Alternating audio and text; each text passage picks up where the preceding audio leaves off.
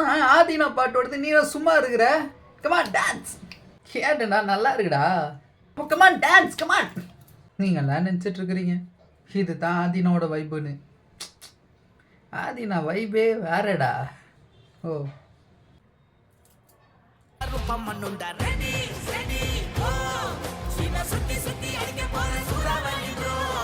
Love failure வேணுமா? இதை கேளு.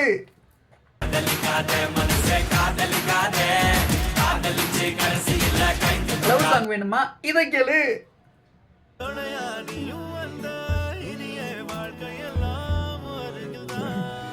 ஓகே. அப்புறம் ஃப்ரெண்ட்ஷிப் சாங் வேணுமா? இதை கேளு.